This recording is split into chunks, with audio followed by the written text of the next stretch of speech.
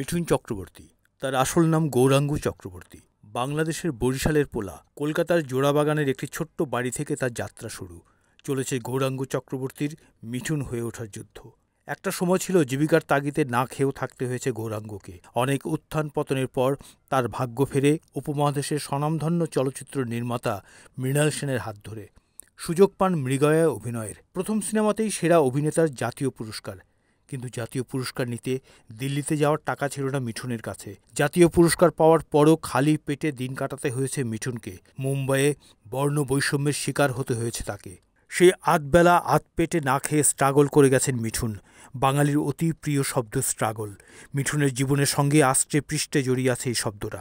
বড় হওয়ার স্ট্রাগল, বেঁচে থাকার স্ট্রাগল, মুম্বাইয়ের স্ট্রাগল, কলকাতার জোড়াবাগানের একটা ছোট্ট গলি থেকে শুরু করে মহাগুরু হয়ে ওঠার স্ট্রাগল।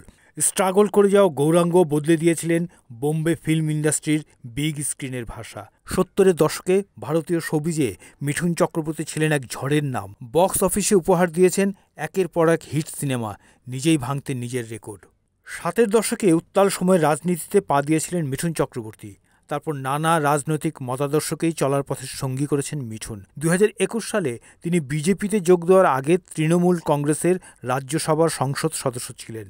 বর্তমানে তিনি কেন্দ্রীয় বিজেপির নেতা। গত 27 অক্টোবর কলকাতার সল্টলেকের পূর্বাঞ্চলীয় সংস্কৃতি কেন্দ্র মিলনায়তনে বিজেপির সদস্য সংগ্রহ অভিযান কর্মসূচিতে বক্তৃতা দেন মিঠুন চক্রবর্তী। বক্তৃতায় তিনি সাম্প্রদায়িক সম্প্রীতি নষ্ট করে কথা বলেছেন এমন অভিযোগ উঠেছে।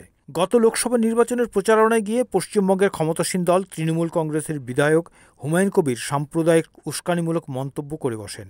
তার প্রেক্ষিতেই পাল্টা মন্তব্য করেছিলেন মিঠুন। হুমায়ুন কবিরকে তার নিজের জায়গায় পুঁতে দেওয়ার হুঙ্কার দিয়েছিলেন মিঠুন। সেই মন্তব্যের প্রেক্ষিতেই এবার প্রাণনাশের হুমকি দেওয়া হলো মিঠুনকে। মিঠুনকে খুনের হুমকি দিয়েছেন দুবাই ভিত্তিক পাকিস্তানের গ্যাংস্টার শাহজাদ ভাট্টি। এক ভিডিও বার্তায় তাকে এই হুমকি দিয়ে বলা হয়েছে, মিঠুনকে 10 থেকে 15 দিনের মধ্যে ক্ষমা চাইতে হবে, না হলে তাকে হত্যা করা হবে। বিধানসভার পুলিশের এক উচ্চপদস্থ অফিসার বলেন, আমরা ঘটনার তদন্ত শুরু করেছি। এর আগে বলিউড অভিনেতা সালমান খান এবং শাহরুখ খানকেও প্রাণে মেরে ফেলার হুমকি দেওয়া হয়েছিল। বেশ কয়েক বছর আগে কৃষ্ণসার হরিণ হত্যা মামলায় বলিউড অভিনেতা সালমান খানকে ক্ষমা চাওয়ার দাবি জানিয়ে তাকে খুনের হুমকি দিয়েছিল লরেন্স বিশনোই।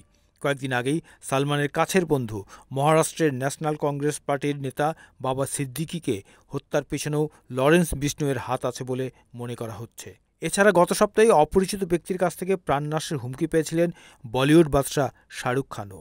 এবার পাকিস্তানের গ্যাংস্টার শাহজাদ ভাট্টির কাছ থেকে হুমকি পেলেন মিঠুন চক্রবর্তী। কারাগারে বন্দী ভারতীয় গ্যাংস্টার লরেন্স বিশনোইয়ের ঘনিষ্ঠ হিসেবে পরিচিত শাহজাদ ভাট্টি। এই হুমকির সাথে লরেন্স বিশনোইয়ের কোনো সংযোগ আছে কিনা তা খতিয়ে দেখছে পুলিশ। একের পর এক প্রাণনাশের হুমকিতে আতঙ্কে আছে বলিউড ইন্ডাস্ট্রির তারকারা। Desk report, NAN TV।